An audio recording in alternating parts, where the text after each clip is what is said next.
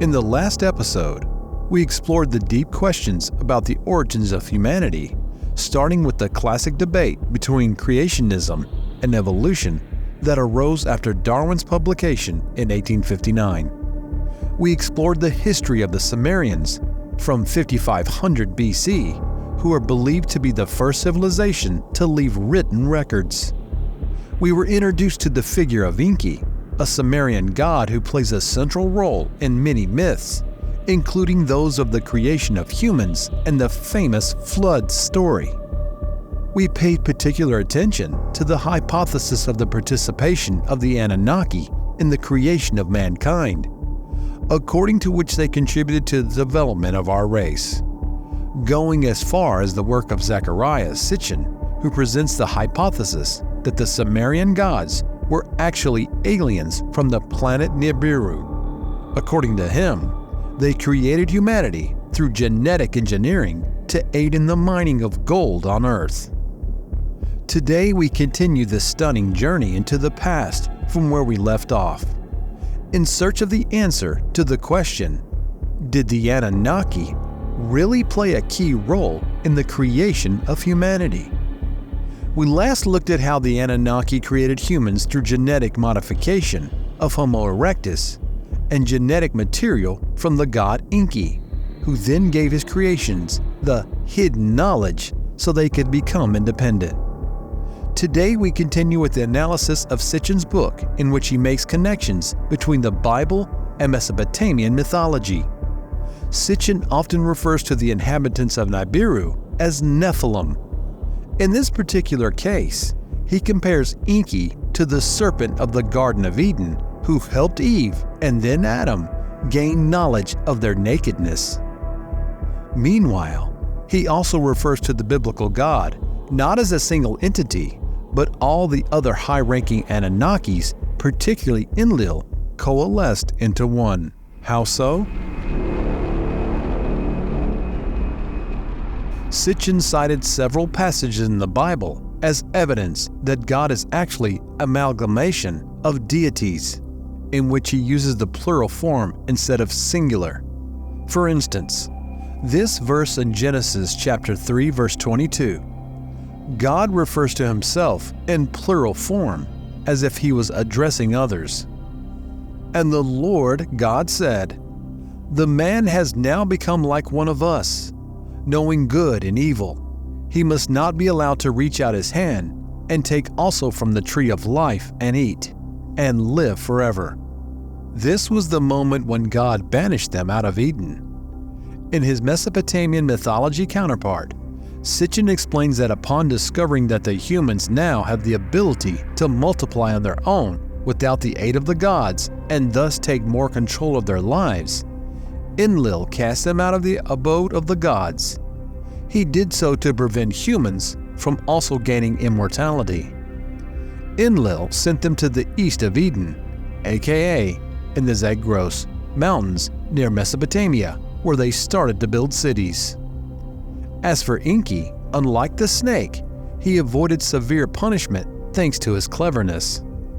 However, this has deepened the rift between him and Enlil, which will soon accumulate in the flood. Sitchin created a timeline from when the Anunnakis came to Earth, an expedition led by Enki. 445,000 years ago, Enki and his companions arrived on Earth, making the city of Eridu their primary base, now known in mythology as the city where Enki is the patron god of. Then, 145,000 years later, the Anunnaki miners began to mutiny.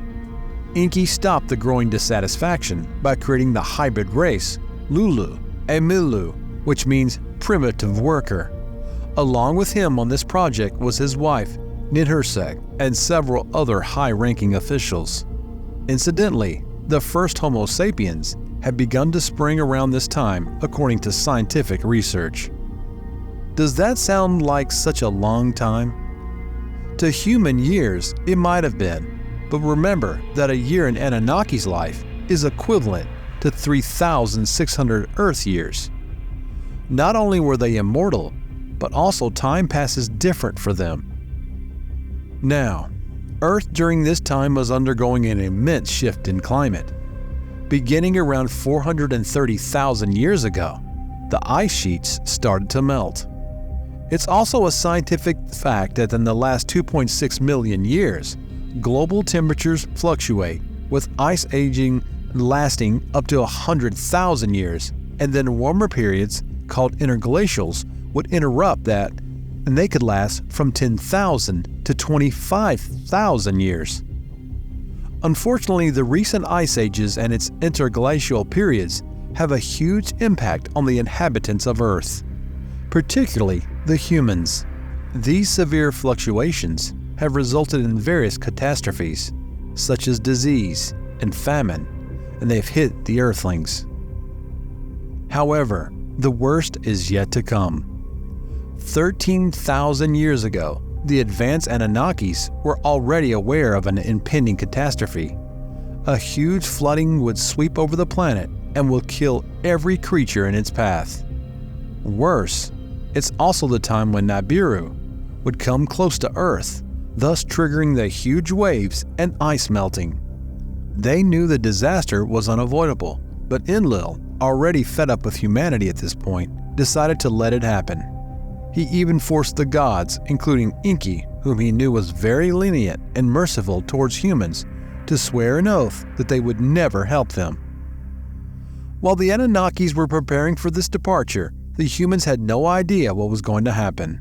Long time had passed since many had sunk into degeneracy due to the hardships of struggling in an unfriendly environment, so the gods have no more care for them than any other creatures on Earth. Except one. Of course, it's Enki. Enki pitied humans and was tormented by the thought that the race he helped came into being now be disseminated by a deluge. He knew that while many humans have sunk so low so as to incur the gods' wrath, there were a few of them worth saving. Thus he decided to circumvent the oath by talking to a reed wall with his chosen human on the other side. He had one in mind, a wise and upright ruler, Shurapapak, named Ziusudra. In later Mesopotamian myths, similar stories also exist, but the heroes in their stories are named Atrahasis and Utanapishtim. We know how the rest of the story goes. Except that again, Enki avoided going into direct war with Enlil because he was able to convince others that Ziusudra and everyone on board the ark were worth saving. Sitchin says that the gods may have eventually let Ziusudra and the rest of humanity live when they saw that the earth wasn't completely annihilated, and so they would still need their workers. In all these stories, Enki was the creator and protector of humanity. Moreover, he saved our species that one time that the Anunnaki overlords decided to commit genocide. If you recall in the third myth we discussed in the first video, Enki, albeit tricked by his daughter Inna, gave the humans the me. It was thanks to these me that human civilization advanced so much. To find out more, we recommend you watch our first video on the topic. And if you've done so and want more, I'll leave a link in the description to our playlist of videos about Anunnaki. But if that is so, why did the humans only want as far as the Bronze Age instead of advancing to the level of the Nibiru inhabitants had? After the flood abated, the Anunnakis found that everything they built in the past 400,000 years were gone. Cities, mines, and laboratories were completely destroyed. However, it will be harder for them to go back to their planet. And so, the new age has begun with the Anunnakis. Through the help of kings and their intermediaries, helped humans restart civilization. They taught them agriculture, crafts, and technology that would need to do so. Life and civilization flourished again. Wait, but that doesn't answer any question. Why the need to start at the Bronze Age if Anunnakis were so advanced? They could just teach them advanced knowledge, right? They did, but only to a certain extent. After directly helping humans in the beginning, the gods seem to have retreated into their own place and let the human kings rule on their behalf. From time to time, they would extend guidance, but only that. From Mesopotamia, humanity spread to other regions. Still, the Anunnaki was weary of humans uniting against them, so they divided the rulership between them. The Anunnaki built 4 regions in total. The first 3 became the site of the earliest civilization, Mesopotamia, Indus Valley, and Nile River. With them are a number of deities, children and grandchildren of the original Anunnaki visitors, who were tasked to preside over the kingdoms. However, this only led to more division, even amongst gods and kings, who quarreled over territories, which usually leads to war. As to the 4th region, it was said that the place was reserved to the gods themselves. Nobody knows where it is, but we can assume it's an idyllic place where everything is perfect, sort of like a Garden of Eden. It exists, but can't be found by ordinary humans. Like Sitchin pointed out, it's curious that there are many stories around the world that tells of a heavenly paradise on Earth. It may be the last place where the Anunnaki resided, particularly the old gods, Enki, Enlil, and a great host of other deities. So where are the Anunnaki now? This is one question we can't answer. Since they're immortal, they should still be alive, right? It was said that their descendants helped the kings rule during the early days, but as time passed by, quarrel between themselves were becoming worse and worse. We can surmise that they may be in the lost Eden-like land, but as to what actually happened to the original Anunnakis after thousands of years, we have no idea.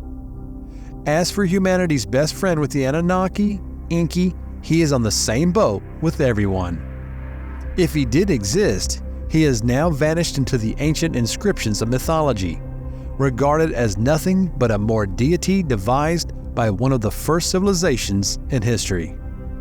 But if he really did exist, sometime in the distant past, and if Sitchin actually hit the mark on his interpretations of Sumerian mythology, which is, as you can guess, is highly controversial among academics and is dismissed as pseudo-history, he left an indelible mark on our species in all intents and purposes. If the myth was actually history in disguise, Enki was the forefather of humanity, its co-creator, and its greatest protector. If you like this video, you'll find more like it on our channel, so be sure to subscribe because the most interesting is yet to come.